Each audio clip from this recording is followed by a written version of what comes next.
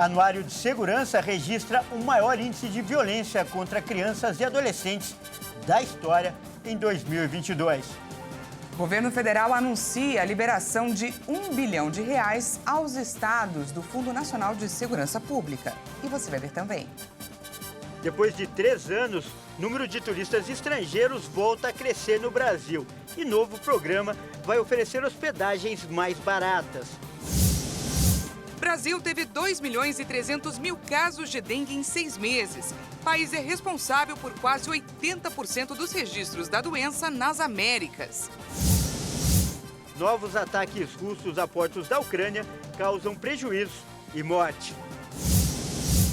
E ainda, Copa do Mundo Feminina começa na Nova Zelândia e Austrália. Seleções anfitriãs estreiam com vitória. Essas e outras notícias você confere a partir de agora. Olá, boa tarde, seja muito bem-vindo. Nós estamos ao vivo, agora são 13h04 pelo horário de Brasília.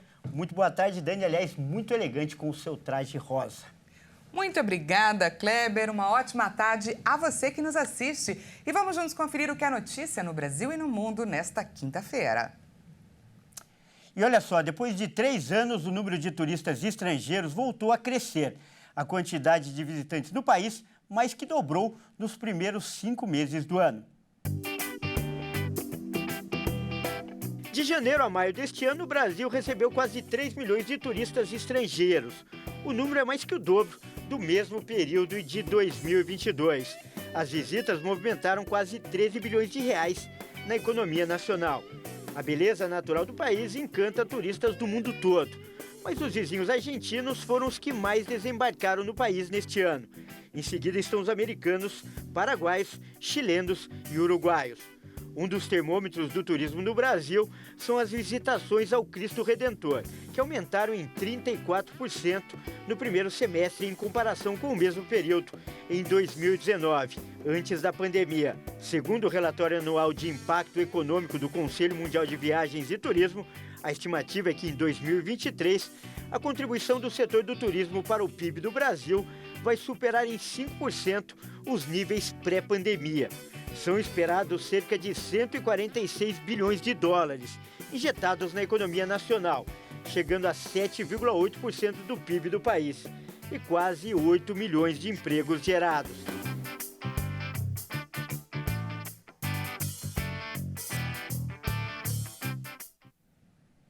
E o novo ministro do Turismo, Celso Sabino, prometeu agilizar a liberação de emendas destinadas ao setor. E já está em estudo o lançamento de um programa de hospedagens a preços reduzidos junto com o Voa Brasil.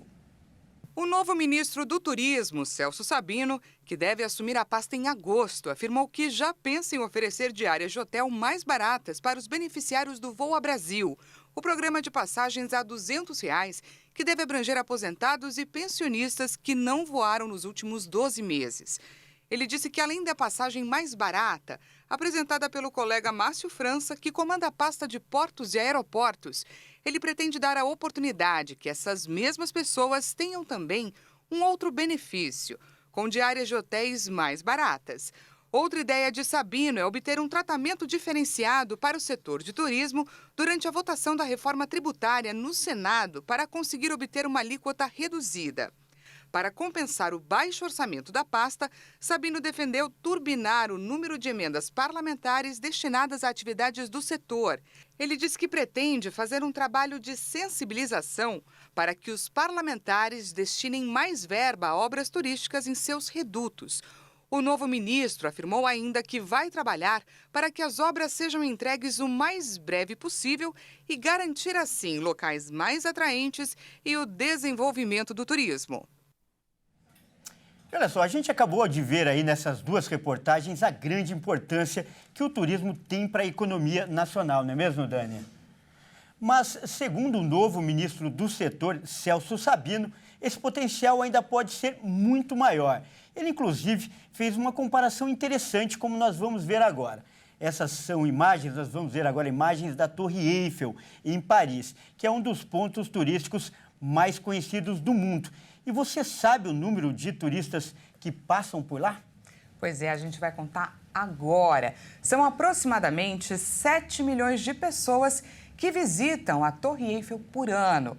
E para a gente comparar, segundo o ministro do Turismo, o número de turistas no Brasil é de cerca de 6 milhões. Você vê imagens agora da Torre Eiffel. Ou seja, o país todo, incluindo o Rio de Janeiro e as praias do Nordeste, recebe menos pessoas do que a Torre Eiffel. Para a gente entender mais sobre esse assunto, esse é o tema da nossa entrevista de hoje.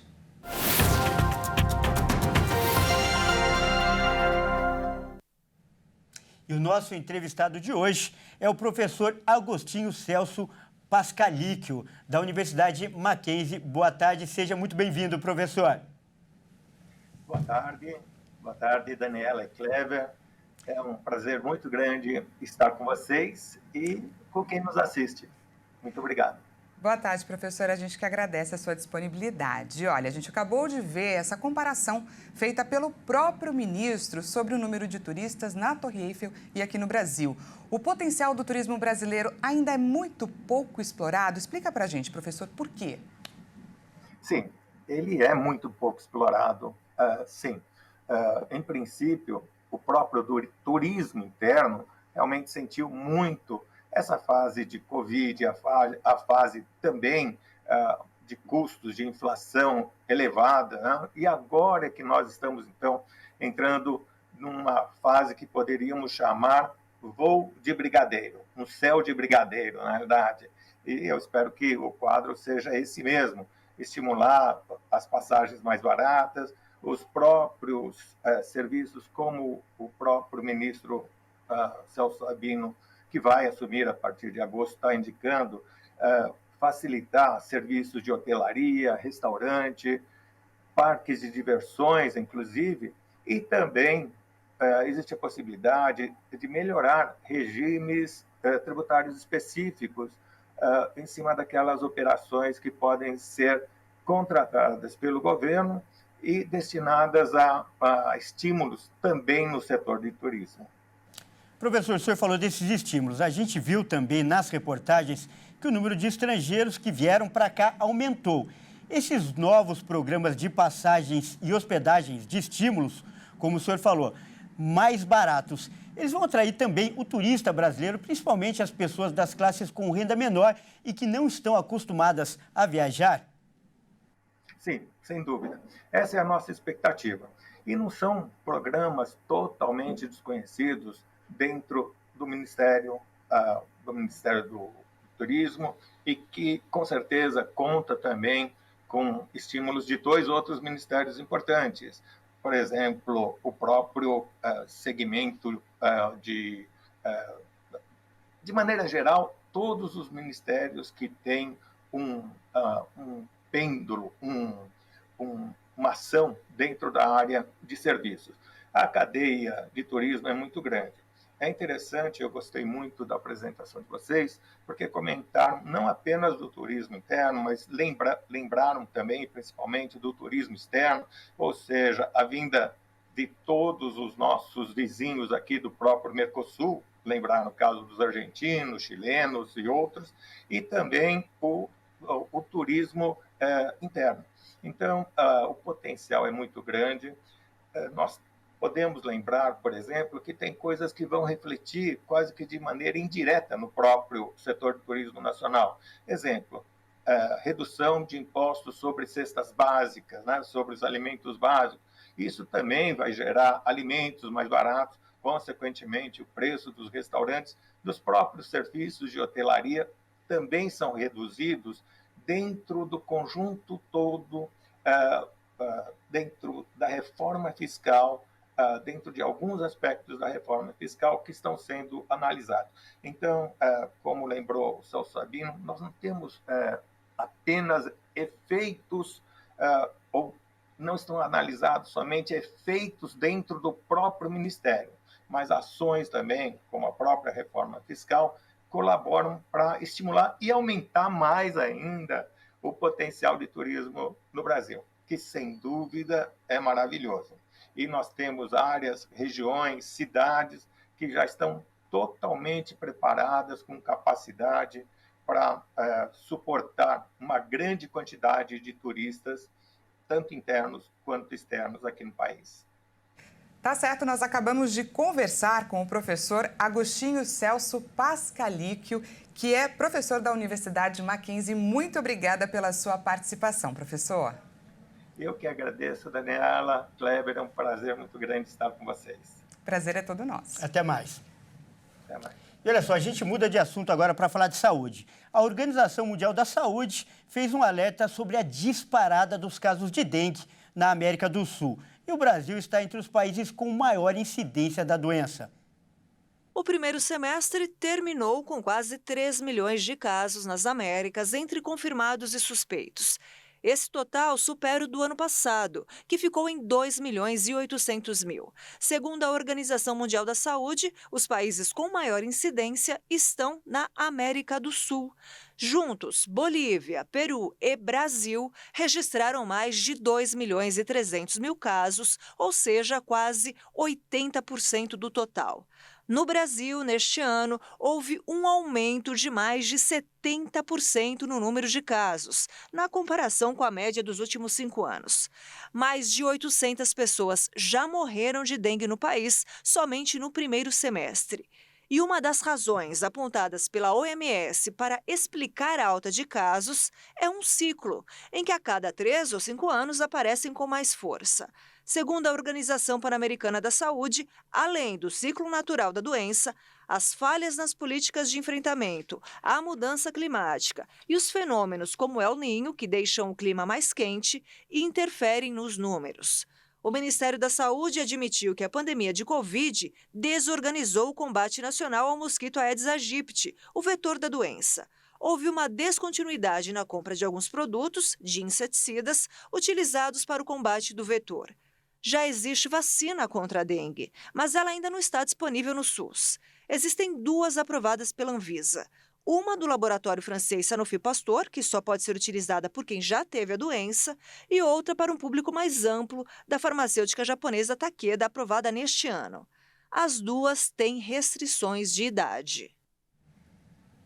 E veja a seguir, novos ataques russos a portos da Ucrânia causam prejuízo e morte. E ainda, Copa do Mundo Feminina começa na Nova Zelândia e na Austrália. Seleções da casa estreiam com vitória. Nós voltamos já.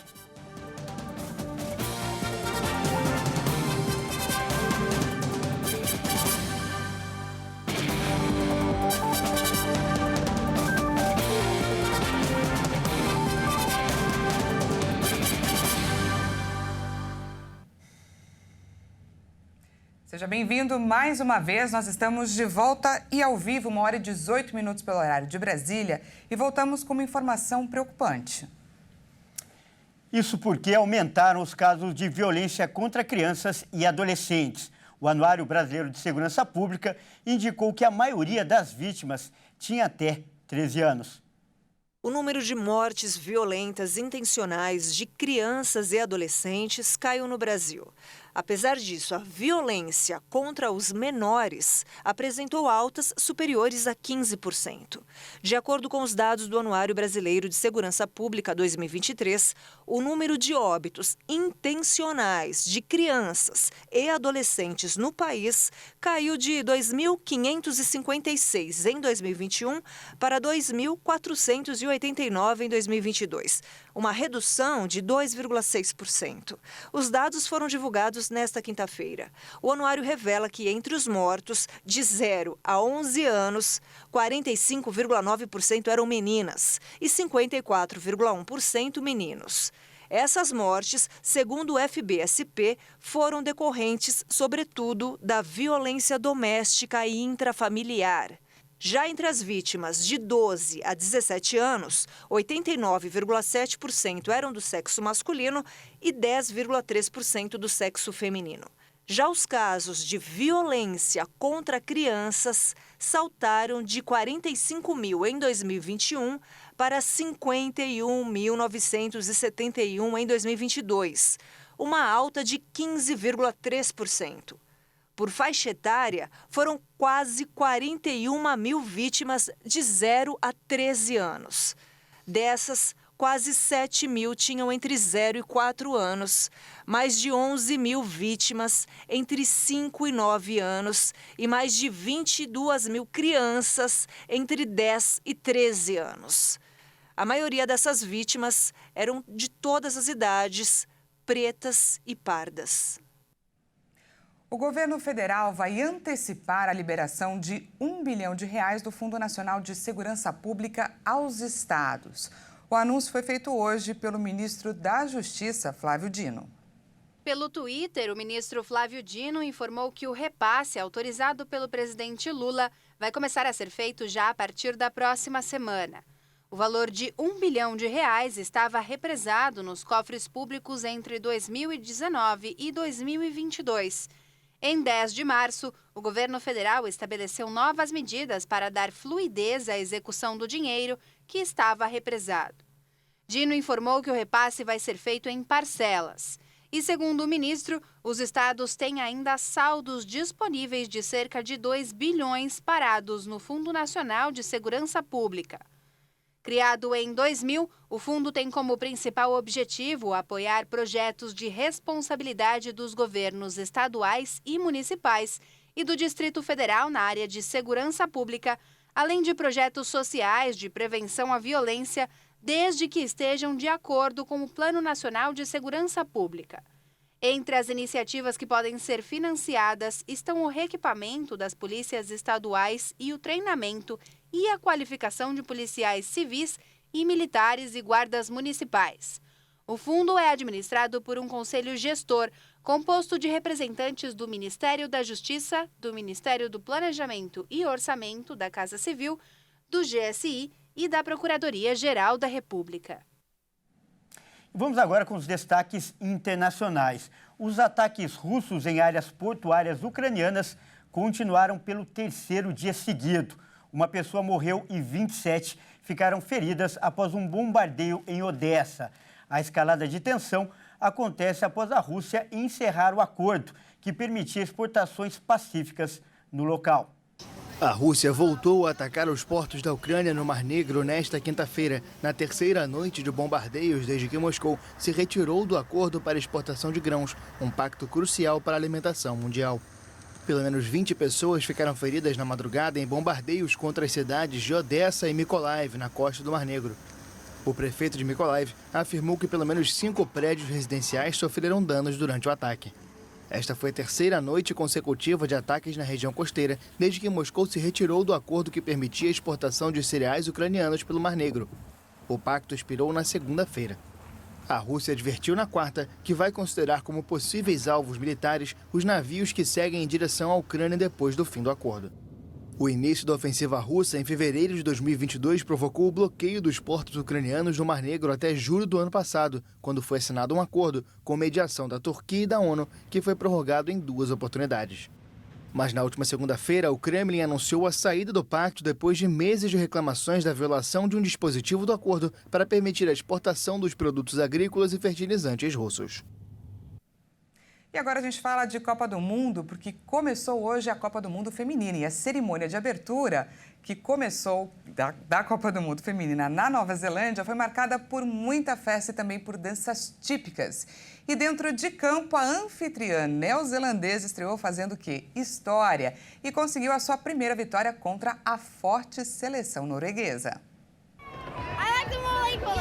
E começou a Copa do Mundo com zebra.